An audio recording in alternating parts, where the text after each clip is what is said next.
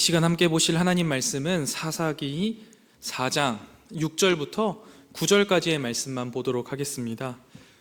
1절부터 24절까지로 되어 있는데요, 너무 길어서요 6절부터 9절까지만 봉독하고 우리 나머지 부분은 집에 돌아가셔서 한번 읽어보시면 좋겠습니다. 사사기 4장 6절부터 9절까지의 말씀, 구약성경 사사기 4장 6절부터 9절까지의 말씀을요, 저와 여러분이 한 절씩 교독하고 마지막 절은 함께 읽도록 하겠습니다. 사사기 4장 6절부터 9절까지의 말씀, 하나님 말씀입니다. 드보라가 사람을 보내어 아비노함의 아들 바락을 납달리 게데스에서 불러다가 그에게 이르되, 이스라엘의 하나님 여호와께서 이같이 명령하지 아니하셨느냐? 너는 납달리 자손과 스불론 자손 10,000명을 거느리고 다볼산으로 가라.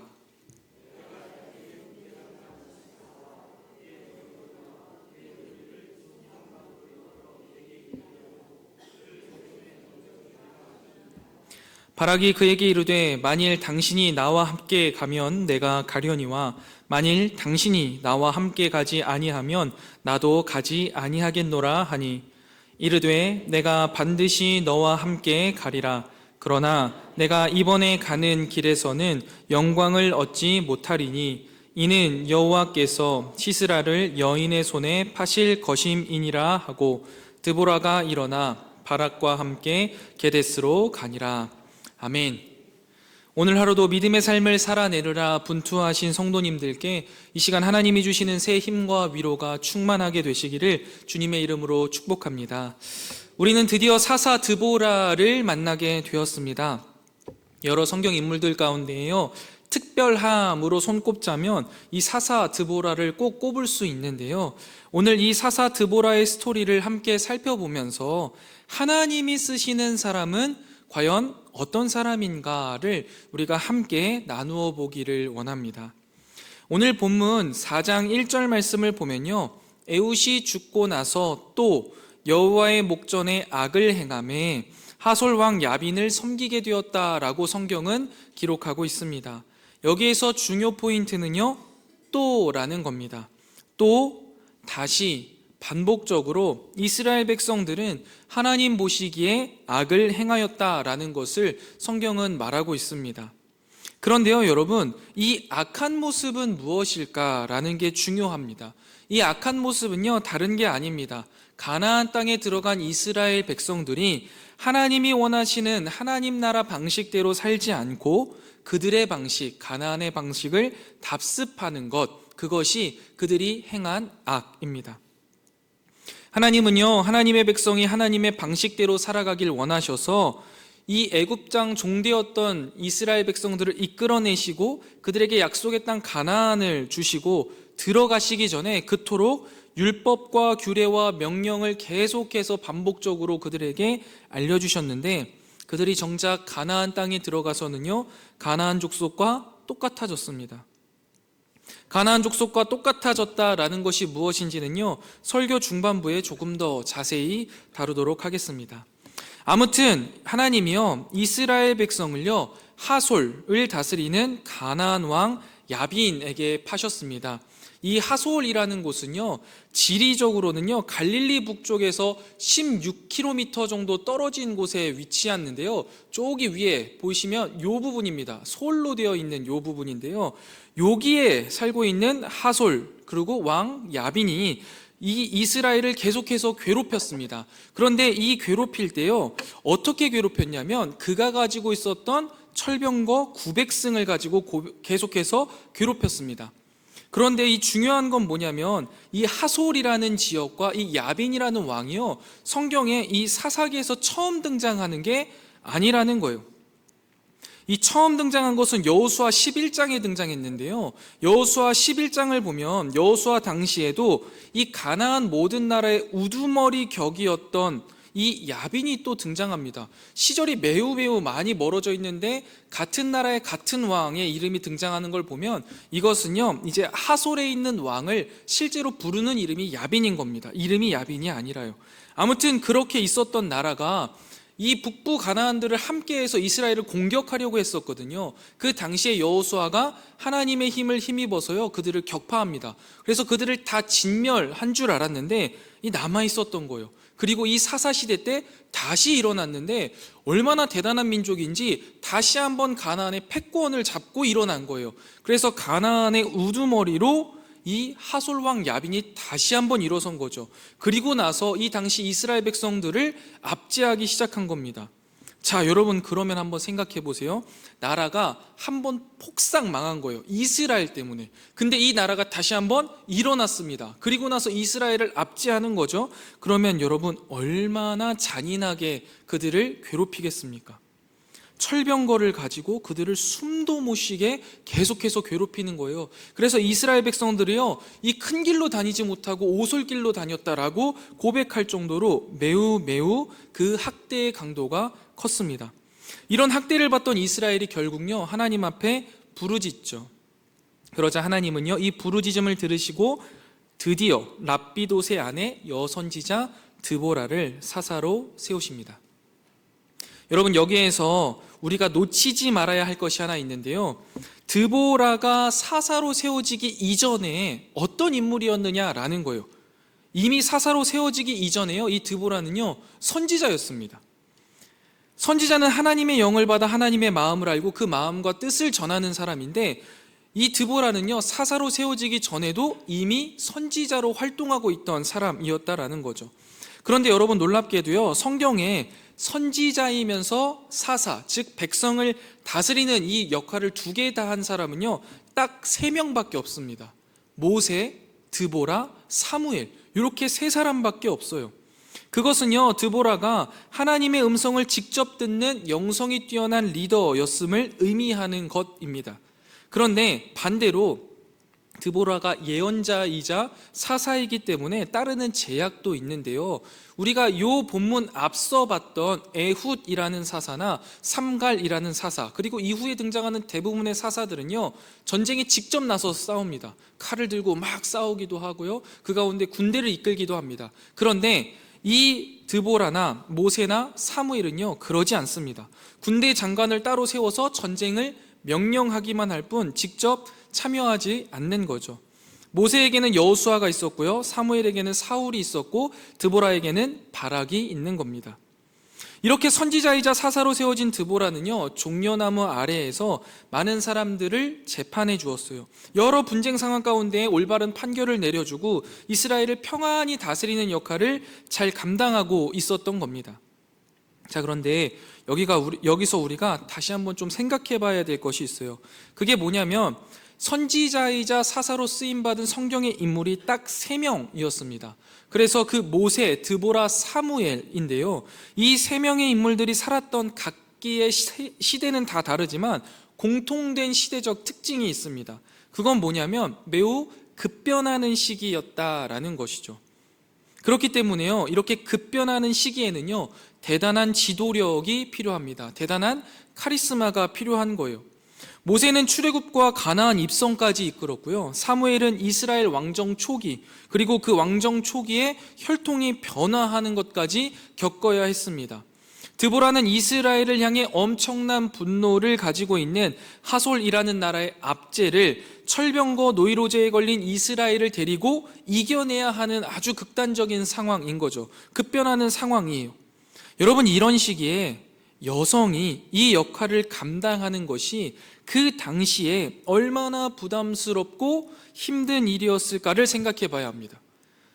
그 당시는 지금 우리가 살고 있는 시대와는 매우 다른 상황이잖아요. 지금은 성별에 관계없이 리더십이 있다면 지도자로 세워지는 것이 당연한 시대를 우리가 살아가고 있죠. 우리나라만 하더라도 여성 지도자들이 많이 세워지고 여성 대통령까지도 세워진 나라잖아요. 그런데 이 당시 고대 이스라엘은 그렇지 않은 사회잖아요. 더욱이 이 본문만 하더라도요 드보라를 소개할 때 여선지 드보라 혹은 사사 드보라라고 소개하지 않고 랍비돗의 아내 드보라라고 소개하는 것을 볼 때 당시 이스라엘 사회 문화적 배경에서 여성의 위치와 지위가 어땠는지를 짐작할 수 있게 하는 부분이에요. 그런데 여러분 하나님이 이런 드보라를 선지자로 세우시고요 이런 드보라를 사사로 세우셨을 때 드보라는 그 맡겨진 사명이 부담스럽지 않았을까요?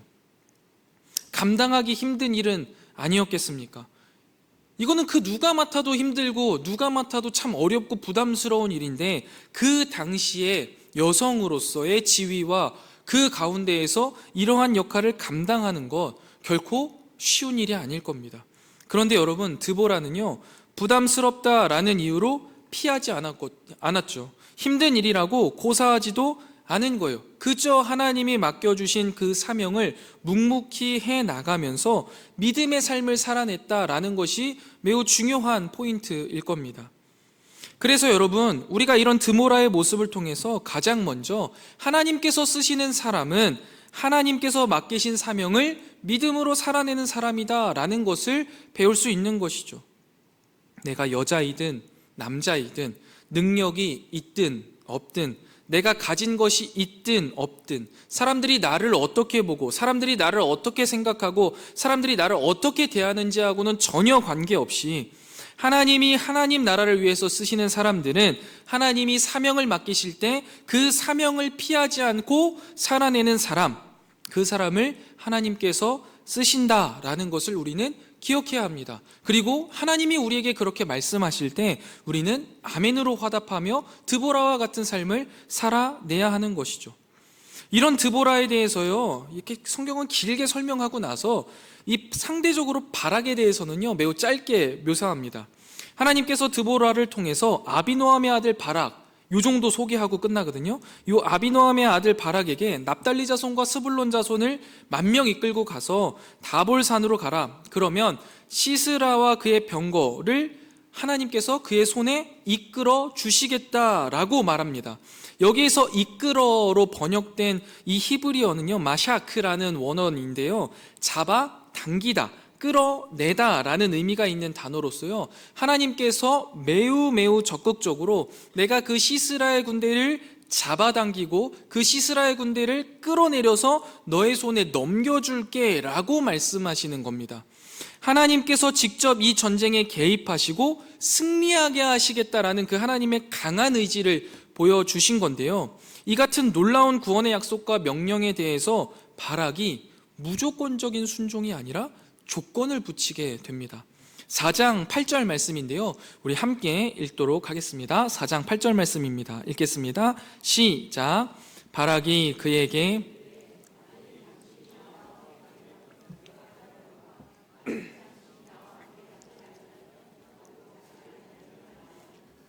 아멘.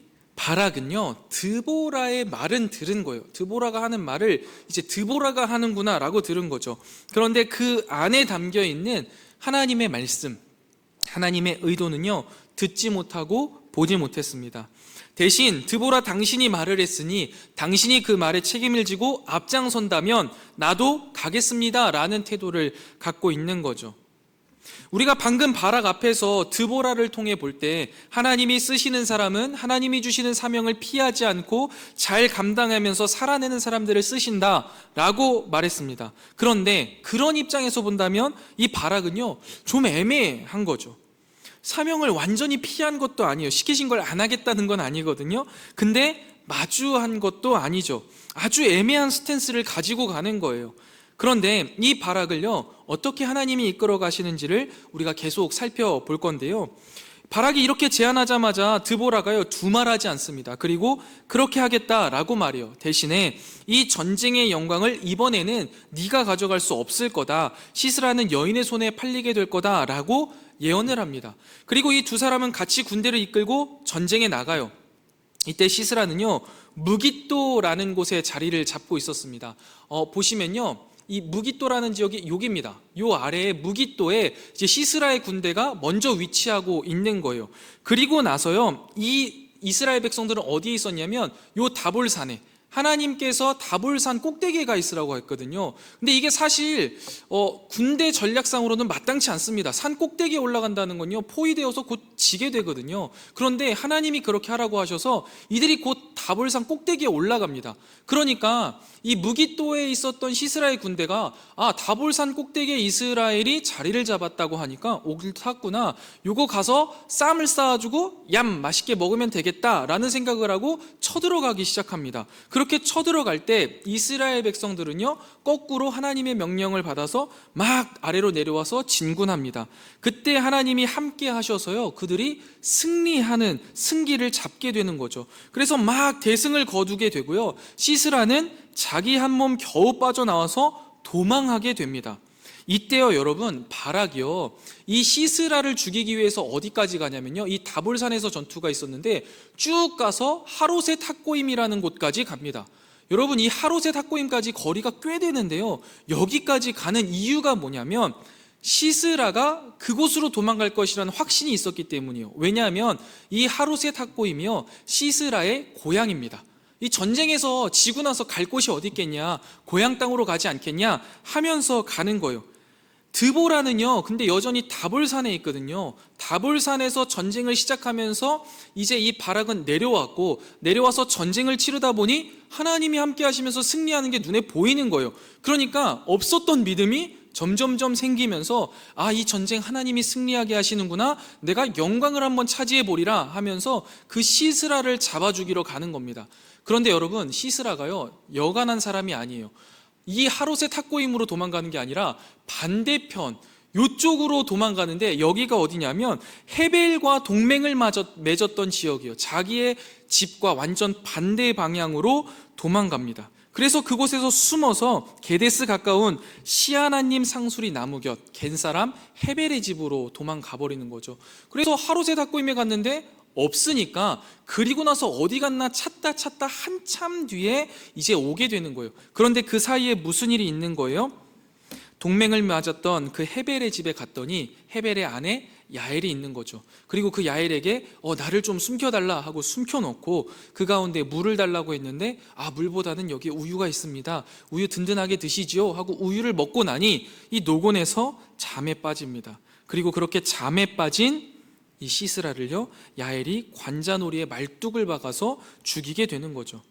그리고 나서 한 발 늦게 바락이 도착해요. 그리고 야엘이 그 소리를 듣고 나가서 내가 찾는 그 사람 보여주겠다 하면서 이미 죽은 시스라의 시체를 보여줍니다. 그렇게 하나님의 모든 말씀이 온전히 이루어지는 것을 바락은 눈으로 목도하게 되는 거죠. 이후에 하나님이 가나안 왕 야빈을 이스라엘 자손 앞에 굴복하게 하심으로써 그의 모든 나라가 진멸되었다라는 것이 사사 드보라의 스토리 전체의 이야기입니다. 자, 이제 스토리를 우리가 다 알았으니까 본격적으로 함께 생각하면서 설교를 정리해 나가야 되는데요, 여기서 아직 풀리지 않은 질문 하나를 다시 한번 던집니다. 하나님은 하나님 말씀에 조건을 걸고 애매한 스탠스를 가지고 있었던 바락을 쓰셨다라고 말할 수 있습니까?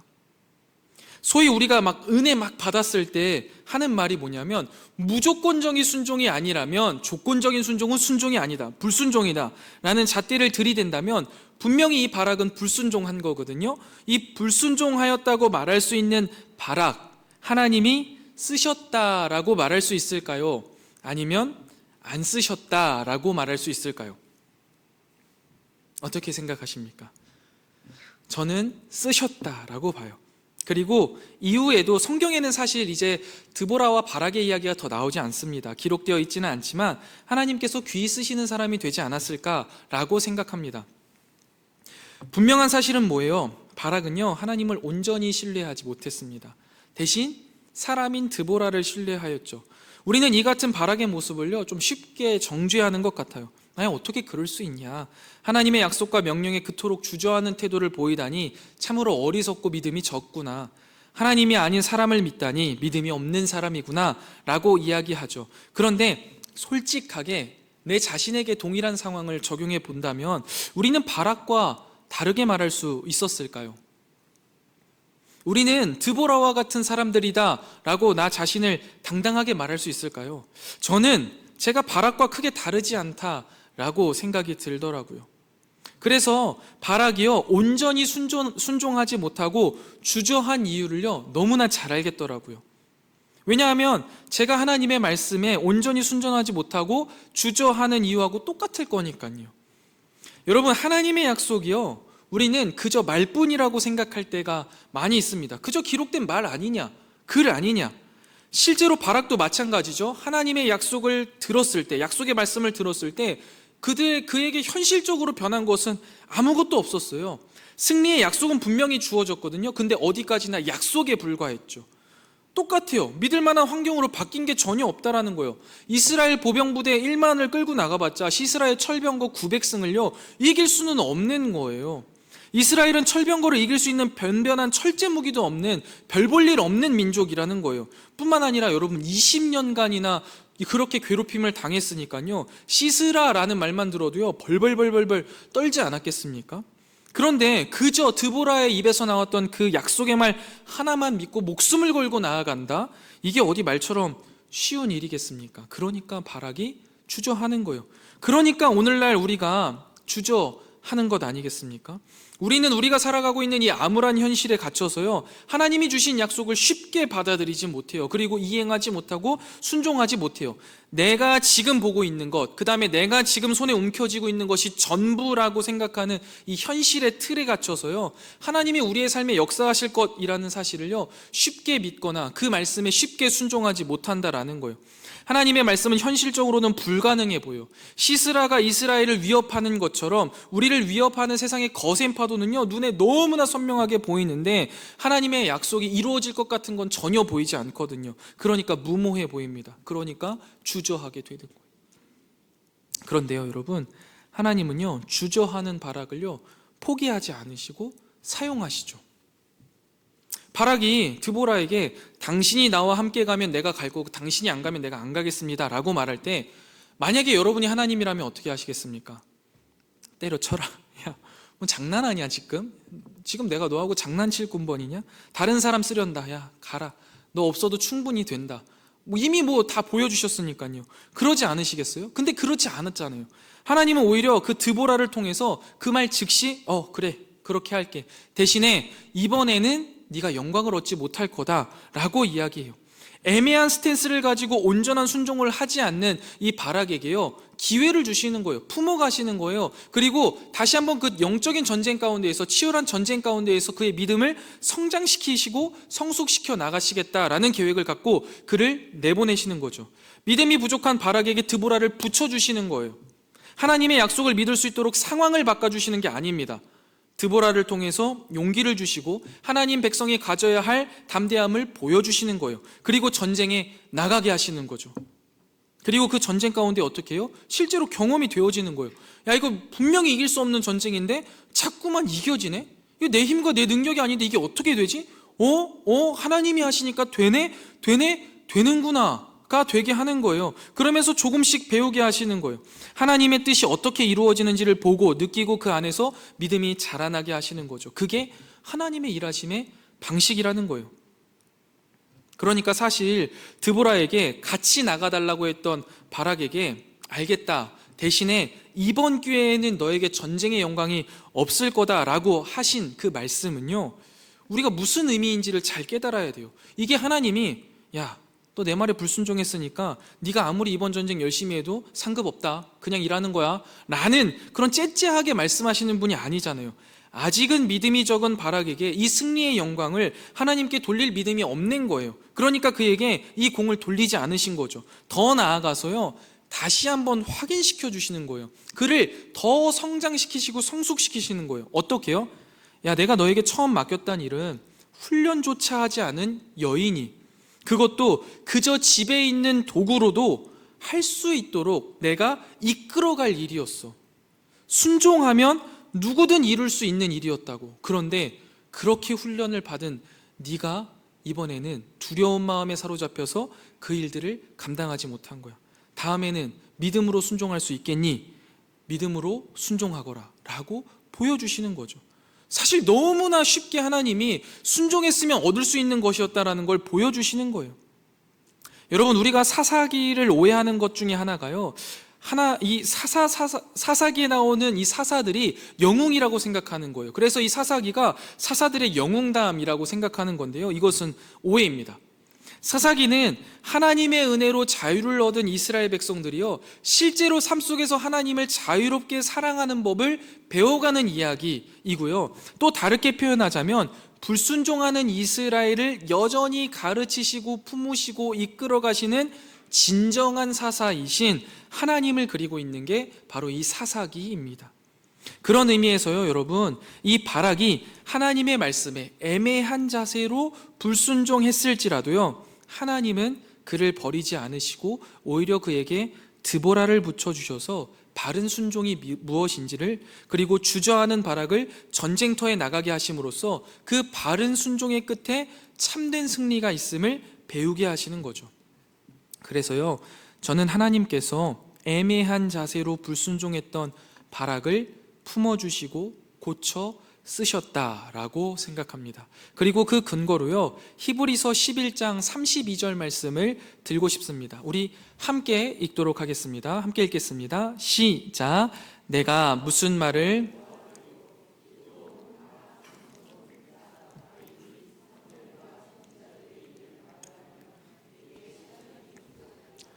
여러분, 히브리서 11장은 우리가 믿음장이라고 불리우는 장이잖아요. 믿음의 조상들이 기록되어 있습니다. 바락이요, 기드온과 삼손은 좀 입다도 좀 그렇다 치더라도 다윗, 사무엘과 같은 선지자들과 어깨를 나란히 하고 있습니다.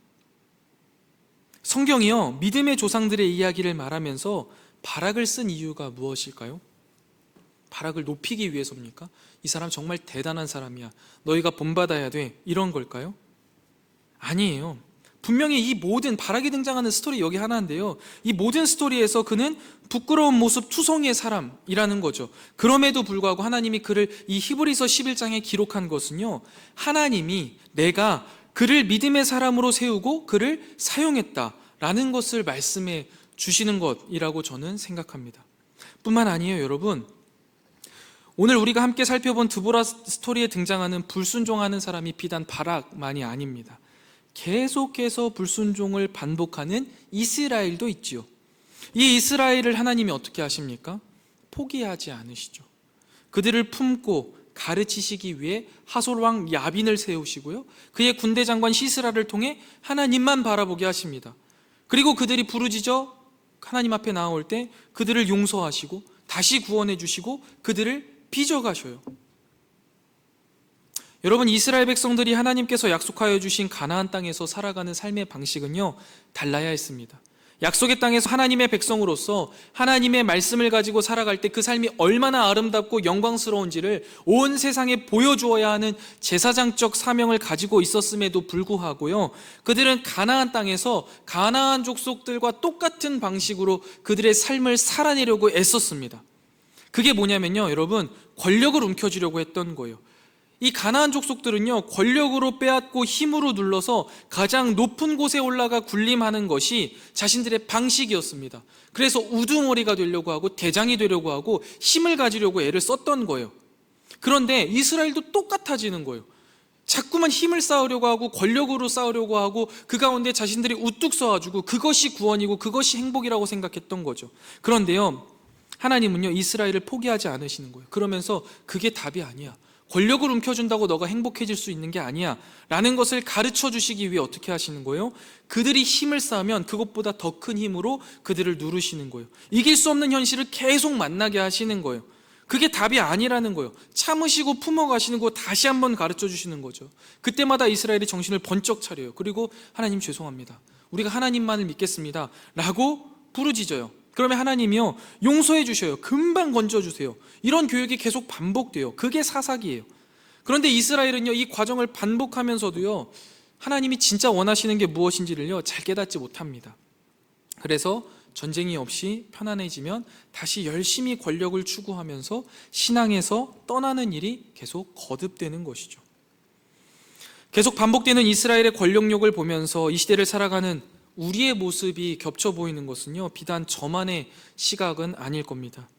우리는 우리의 정체성과 지위를 권력으로밖에 확인할 줄 모르는 것 같아요. 권력이라는 게 여러분 뭐예요? 남을 복종시키거나 지배할 수 있는 권리와 힘입니다.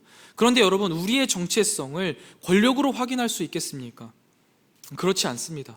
이스라엘 백성들이요, 권력으로 자신들의 정체성을 찾으려던 그 모든 시도들이 실패했던 것처럼요, 우리도 권력을 가지고 우리의 정체성을 찾으려고 한다면 그 모든 시도들이 실패하게 될 것입니다. 그러면 어떻게 해야 될까요? 이스라엘 백성들에게 하나님이 원하시던 하나님 나라의 방법, 하나님이 가나안 땅에 이스라엘 백성을 통해 채우시려는 내용 그대로를 우리도 살아내야 합니다. 그렇다면 그 내용, 그 목적이 무엇입니까? 구약에서는요, 신명기에 기록되어 있는 하나님의 말씀, 법규, 규례로 이야기되는 하나님의 율법입니다. 신약에서는요, 이 율법의 완성이신 예수님인 것이죠. 그러니까 사실 우리는 예수님을 따르면 됩니다. 예수님이 완전하게 표현하신 거니까요. 그렇다면 여러분, 율법의 완성이자 하나님의 목적인 예수님이 어떤 삶을 어떻게 채워나가셨는지를 우리가 보면 되겠죠. 그리고 그대로 따라 살면 되는 겁니다. 예수님이요, 으리으리한 왕궁에 사셨습니까? 한 100평 되는 아파트에 사셨나요? 아니잖아요. 아무것도 아닌 자 같이 볼품없는 나사렛 출신으로 나셨고 그렇게 사셨습니다. 수많은 사람들의 존경을 받으셨습니까? 아니잖아요. 어떤 사람들은 예수님을 정신 나간 사람이라고 불렀습니다. 그런데도 거기에다 대고 뭐라 하지 않으셨어요. 뿐만 아니죠, 온 인류의 죄를 위해 십자가에 달려 돌아가시면서 정작 다른 사람을 구하면서 자기 목숨은 구하지 못하는 미련한 자다라는 말을 듣고도 그 십자가에서 내려오지 않으셨습니다. 모든 것을 품고 수용하시고 그 십자가에 그대로 달려 돌아가셨죠.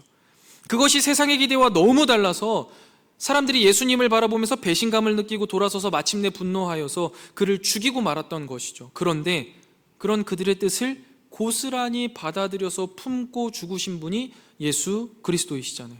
그리고 그 예수님의 헌신으로 말미암아, 그 예수님의 죽음으로 말미암아 우리가 구원을 얻었고, 그것을 통해 우리가 살아야 할 삶의 방식이 무엇인지, 우리가 삶 속에 채워야 할 내용이 무엇인지를 우리는 분명히 볼 수 있는 것 아니겠습니까?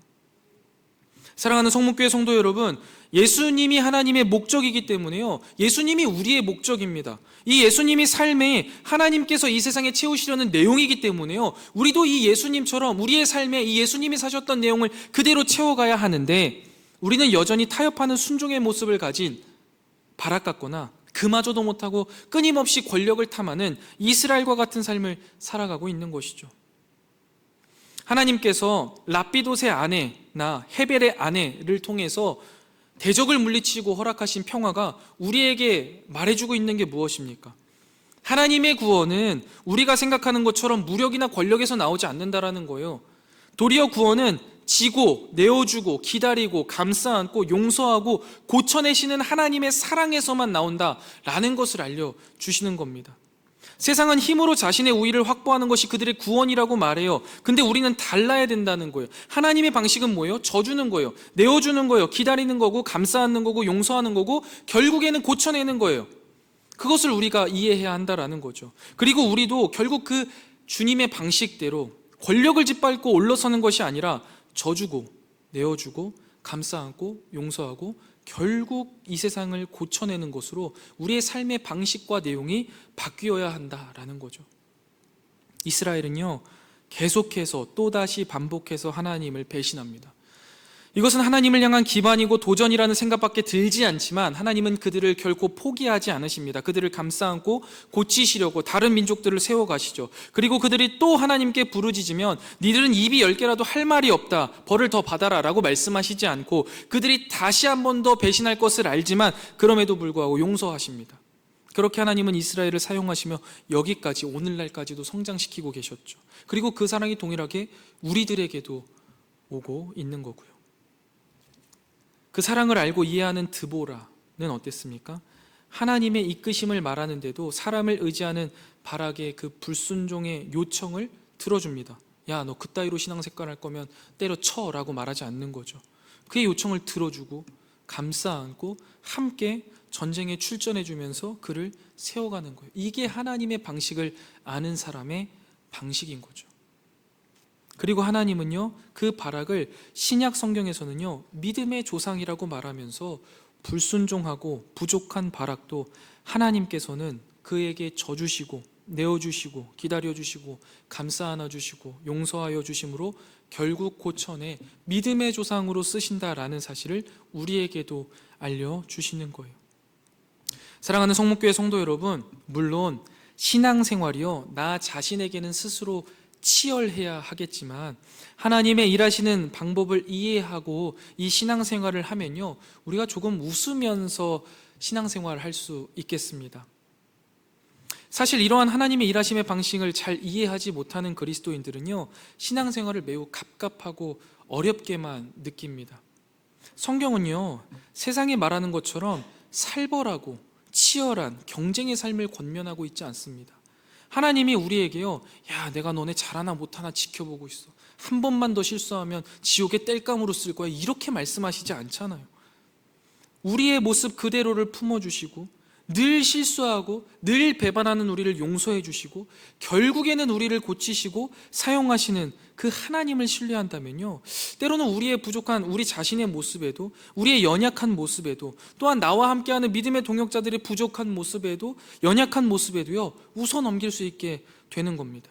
그리고 이 가르침이요, 우리 삶에 정말 실제로 적용된다면 기본적으로 알아야 될 것은 아무것도 아닌 것 같은 우리의 존재가 하나님 나라를 이루는데 매우 중요하다라는 사실을 깨달아야 합니다.